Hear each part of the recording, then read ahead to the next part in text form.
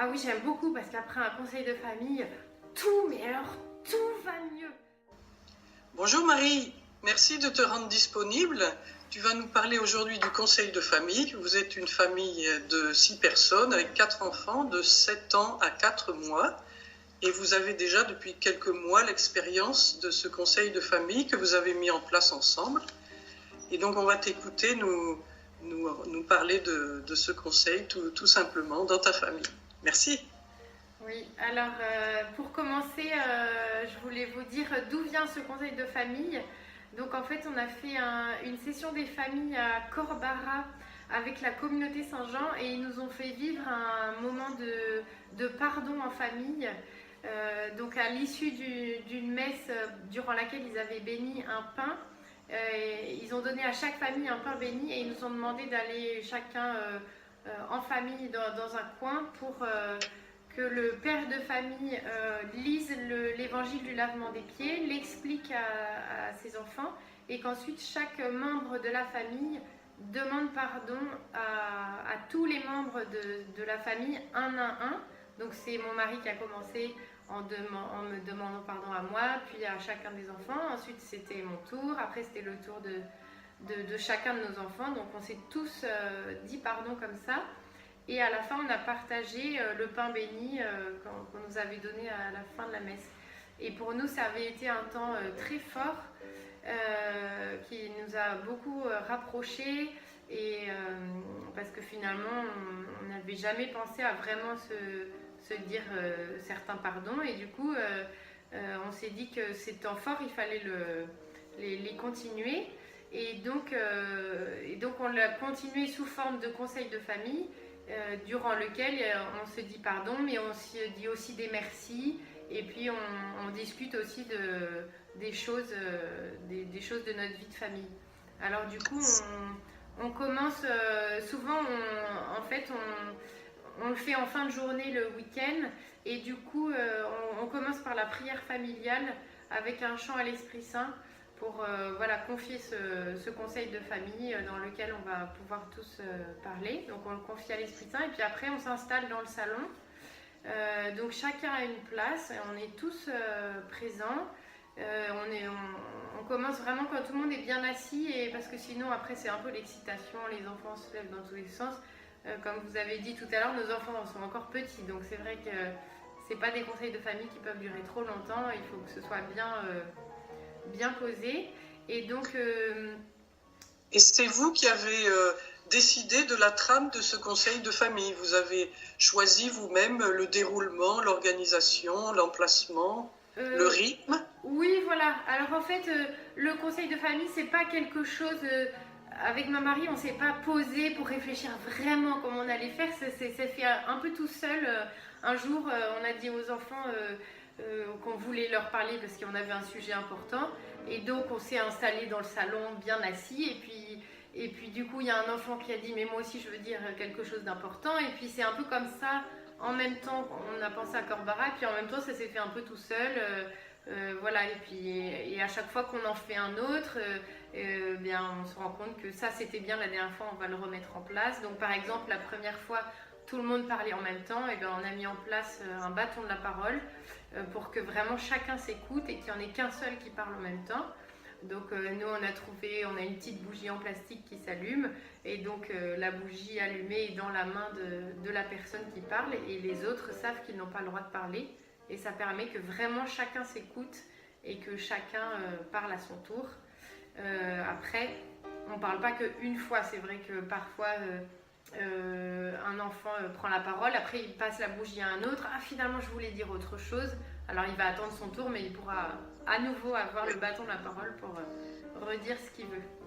Oui, il faut avoir une certaine souplesse. Voilà. Et les enfants sont heureux de venir chaque fois à ce conseil de famille. Ils ne se font pas prier. Alors pas du tout, au contraire, même ils demandent à ce qu'il y ait ce conseil de famille. Alors on ne le fait pas toutes les semaines, on le fait toutes les 3 semaines environ. Après ça dépend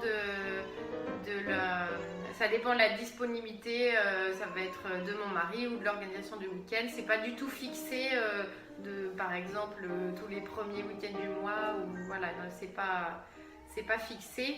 Et ça, c'est un peu en fonction des besoins de la famille. Et c'est vrai que ça arrive qu'un enfant dise là, j'aimerais bien qu'on fasse un conseil de famille parce que là, j'aimerais vraiment dire quelque chose.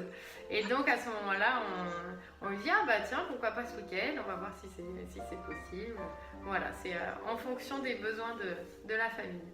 De la famille. Voilà. Et donc, pour revenir au déroulement, c'est souvent, donc généralement c'est mon mari qui commence le conseil de famille et qui le conclut. Et quand il le commence, il fait comme un petit bilan de la fois dernière, en disant, vous vous rappelez, la fois dernière, on a dit ceci et cela, et effectivement, j'ai vu tel progrès ou tel, voilà. Et puis quand il conclut, il conclut en disant bon bah alors aujourd'hui on a parlé de ça et on va faire attention à ça dans les semaines à venir, les jours à venir, voilà. Parce que du coup, oui. Pardon. Le début est un petit peu solennel alors. Voilà. Quand ton mari commence, ouvre le conseil de famille, c'est un petit peu solennel. Voilà, on essaye de montrer que c'est vraiment un moment important où tout le monde doit bien s'écouter, donc on essaie que ce soit un peu solennel.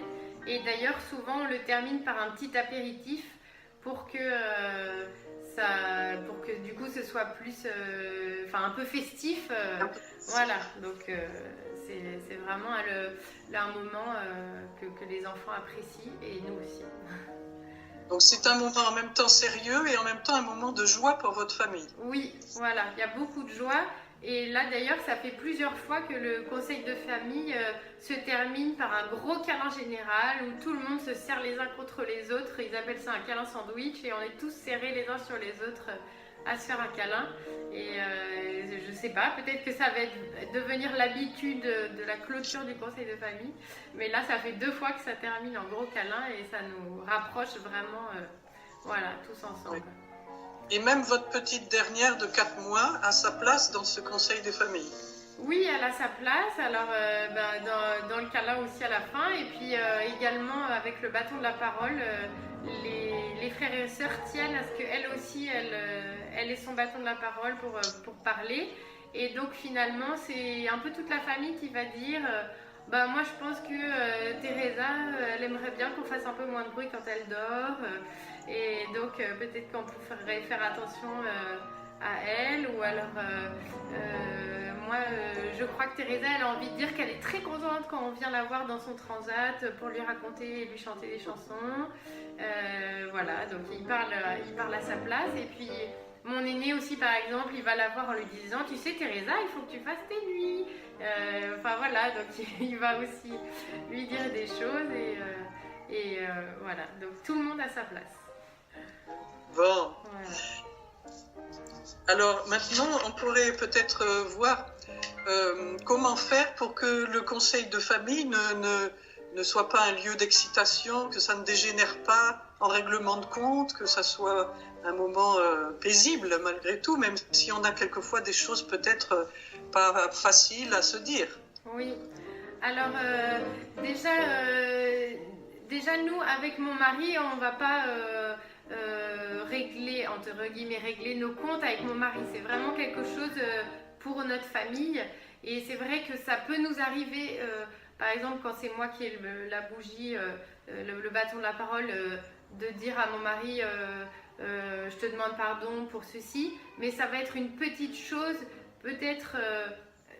surtout en fait en témoignage devant nos enfants pour montrer le témoignage du pardon, mais c'est pas devant nos enfants qu'on va en parler après. Enfin, c'est juste une petite phrase, voilà, pour montrer l'exemple du pardon.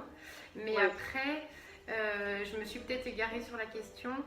Oui, pour que ce soit paisible. Alors nous, avec mon mari, en fait, on anticipe avant le conseil de famille. On se dit bon, alors quel est le point qu'on veut aborder ensemble pour faire progresser notre famille, quel est l'axe de progression qu'on voudrait aborder.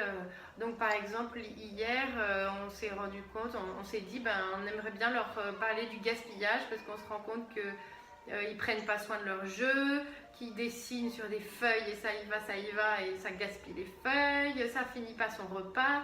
Donc c'était le gaspillage de manière très très large.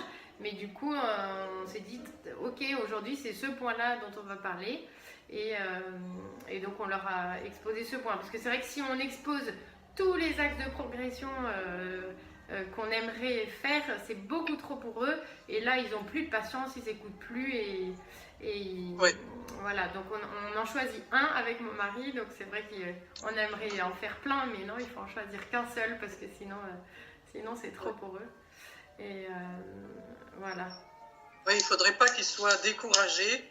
Donc voilà. Mais l'objectif donc du conseil de famille, c'est l'écoute mutuelle et également la progression pour toute la famille. Voilà. L'écoute mutuelle, effectivement, on a remarqué que pour nos enfants, c'était notamment pour notre aîné qui a 7 ans, il a vraiment besoin de ce cadre. Et souvent, on sent qu'il vient un peu poser les choses lourdes qu'il a sur son cœur.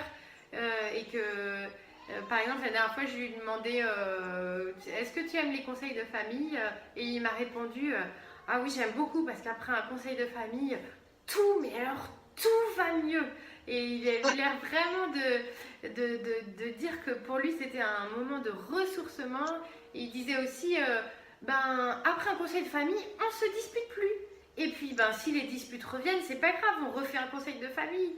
Mais on voit vraiment que c'est un lieu où on vient se ressourcer et puis on repart plein d'énergie voilà, pour s'aimer. Pour s'aimer.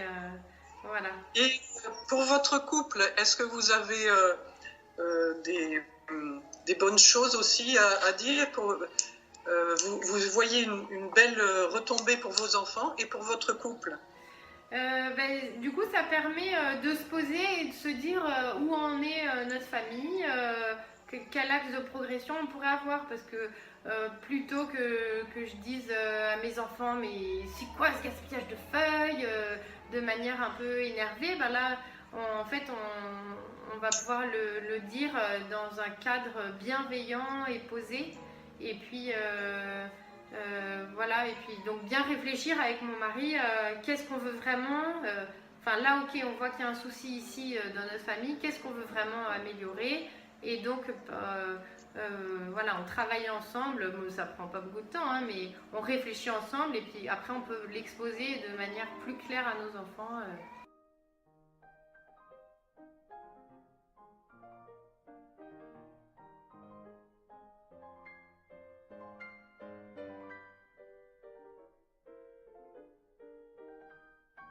Ah oui, j'aime beaucoup parce qu'après un conseil de famille, mais alors tout va mieux.